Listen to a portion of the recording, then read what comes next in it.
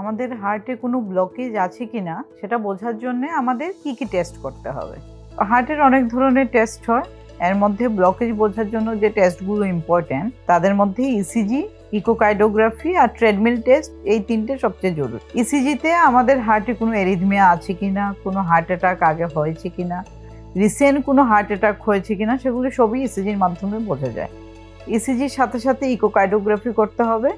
Eco হার্টের স্ট্রাকচারের ব্যাপারে আমাদেরকে বলে, মানে হার্টের ভালভগুলো কেমন আছে, ব্লাড সার্কুলেশন ঠিকভাবে হচ্ছে কিনা, বা হার্টের কোনো এরিয়াতে ড্যামেজ আছে কিনা, সেটা ইকোকার্ডিওগ্রাফির মাধ্যমে বোঝা যায়। ইসিজি, ইকোকার্ডিওগ্রাফি যদি নর্মাল আসে তবে কিন্তু টিএমটি করা যেতে পারে, সেটা হলো ট্রেডমিল টেস্ট। ট্রেডমিল মেশিনে হাঁটতে হয়, ইনিশিয়াল স্পিড কম থাকে। টিএমটি যদি পজিটিভ হয় তাতে হার্ট ব্লক হবার হাই চান্স, তখন আমাদের অন্য ধরনের টেস্ট করতে হয়। টিএমটি নেগেটিভ হলে হার্ট ব্লকের চান্সটা অনেকটাই কম।